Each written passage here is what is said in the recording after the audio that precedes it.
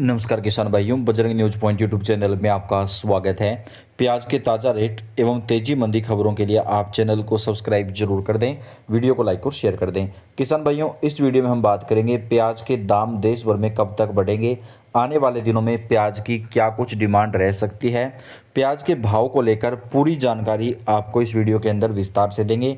वहीं सरकार की तरफ से प्याज निर्यात की जो नीति है उसमें भी बदलाव किया जा रहा है, जिससे प्याज के भाव में बढ़ोतरी होगी। अभी काफ़ी सारे किसान भाइयों के सवाल आ रहे हैं कि क्या प्याज का निर्यात अभी ओपन पूरी तरीके से हुआ है या नहीं। तो किसान भाइयों, प्याज का निर्यात जो है वो कर दिया गया है शुरू काफ़ी समय पहले से, लेकिन केंद्र सरकार की तरफ से पहले 2 साल तक प्याज निर्यात जो बंद रखा गया था उसका ये असर पड़ा है कि पाकिस्तान और इसके साथ ही चाइना जो है उसका जो प्याज का निर्यात है वो उन देशों ने अपना बढ़ा दिया। यानी 2 साल तक भारत ने जो है प्याज का निर्यात नहीं किया, तो उन देशों का प्याज जो है वो उन देशों में जाने लगा जहाँ पे पहले भारत का प्याज जाता था। तो इससे अब क्या हुआ किसान भाइयों, केंद्र सरकार ने प्याज का जो निर्यात है वो ओपन तो कर दिया, लेकिन अब उतनी मात्रा में वहाँ पर डिमांड जो है वो नहीं रही जितनी मात्रा में पहले होती थी। यानी अब जो है प्याज की जो कीमत है वो पहले काफ़ी ज़्यादा जो है बढ़ती थी, क्योंकि वहाँ पर निर्यात जो है वो काफ़ी ज़्यादा किया जाता था, लेकिन अब चाइना और पाकिस्तान का प्याज जो है वो वहाँ पर पहुँच रहा है। ऐसे में भारत का जो प्याज है उसकी जो डिमांड पहले ज़्यादा होती थी वो अब कम हुई है, जिसकी वजह से प्याज के जो दाम थे वो नहीं बढ़ पा रहे हैं। लेकिन अब केंद्र सरकार ने जो है कई अन्य देशों को प्याज निर्यात पर समझौता जो है वो किया है और वहाँ पर प्याज का निर्यात किया जाएगा। तो इससे हमारे किसान भाइयों को जो है राहत मिल सकती है।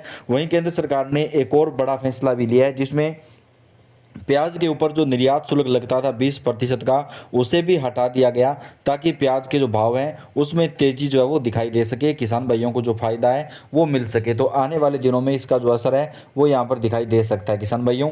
तो आगे हमारे जो है यहाँ पर पूरा जानकारी आपको हमारे सहयोगी देंगे कि कब तक प्याज के दाम बढ़ सकते हैं, देश भर की मंडियों में प्याज के रेट क्या चल रहे हैं। तो अगर आपने प्याज रोक के रखा हुआ है तो आप इस वीडियो को लास्ट तक पूरा जरूर देखिएगा। नहीं गया तो 400 गाड़ी, अगर प्याज नहीं गया तो महीने महीने की हो गई 12,000 गाड़ी और 2 महीने की हो गई 24,000 गाड़ी। वो 24,000 गाड़ी का तो वह एक्सपोर्ट खत्म हो गया। उसके बावजूद जो इस हमारे देश से नेफर्ड और एनसीसीएफ हर साल 5 से 7 लाख टन प्याज ले रही थी, वो 5 से 7 लाख टन जो प्याज लेती थी, 25 टन की एक गाड़ी होती है। मोटा मोटी 25 टन एक गाड़ी बोलूं तो 5 लाख टन में गाड़ी बन गई। मोटा म मोटी 20,000 गाड़ी प्याज की स्टॉक में जाती थी गवर्नमेंट की। 20,000 गाड़ी वो भी स्टॉक नहीं हुआ इस साल। तो इस चीज का सबका असर गिर रहा है। और जब प्याज का स्टॉक निकला, माल जब निकला उस टाइम रेट बहुत कम थे, 5 से 10 किलो प्याज बिक रहा था। उस टाइम किसान बेचने को इच्छुक नहीं था। वह भी एक टाइम ऐसा रहा कि माल ज्यादा बिक्री ही नहीं हो पाया। अभी यह हाल है कि 7 से 80% माल एमपी में स्टॉक बाकी है, 70 से 80% माल महाराष्ट्र में स्टॉक बाकी है और 70 से 80% माल राजस्थान में स्टॉक बाकी है। खाली पूरे देश में 2 क्षेत्र ऐसे हैं जिनका प्याज ज्यादा खराब हुआ। एक उसका नाम है कर्नाटक। कर्नाटक में जो पुराना प्याज था बीजापुर बेल्ट का, वो प्याज बहुत तेजी से खराब हुआ, वह माल लगभग निकल गया। और दूसरा माल था जोधपुर मखानिया बेल्ट का, वो माल बहुत तेजी से डैमेज हुआ, वो भी माल काफी हद तक बिक गया। एमपी में भी कुछ हद तक प्याज डैमेज हुए, वो 10 से 15% माल डैमेज हुए, वो माल निकल चुके हैं। ठीक है जी, लेकिन प्याज का स्टॉक अभी ज्यादा बड़ा है। मुझे ऐसा लग रहा है प्याज का भविष्य खाली पूरे देश में 2 क्षेत्र ऐसे हैं जिनका प्याज ज्यादा खराब हुआ।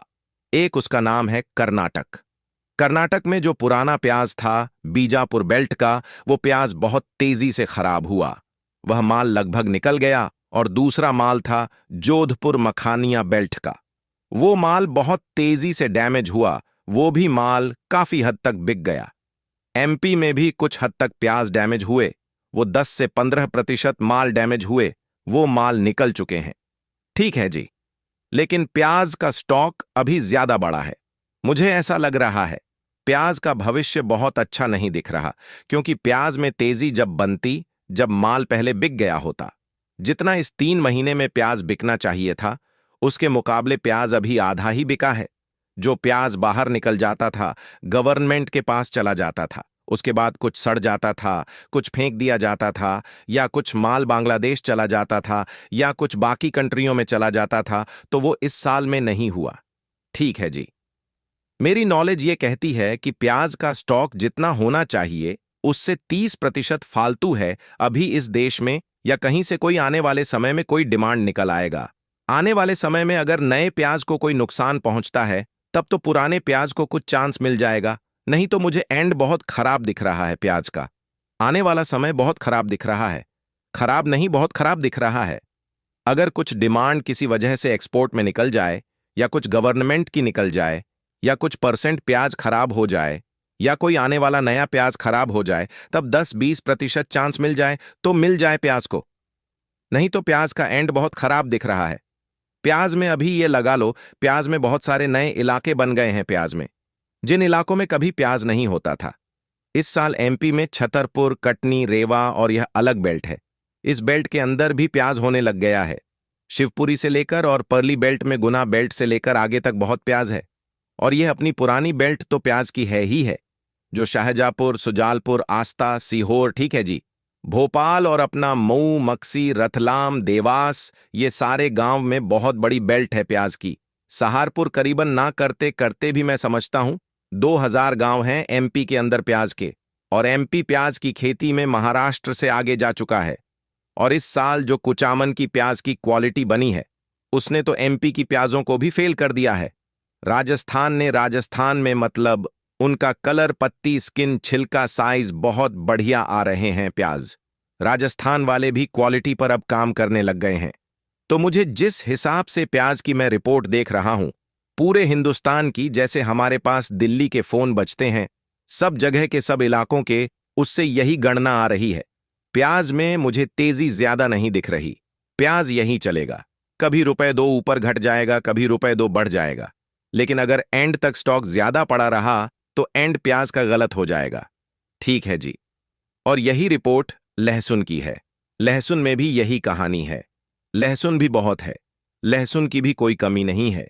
लहसुन जो है, समझो जो कश्मीर का लहसुन है उसकी रिपोर्ट समझो आप 6770 किलो।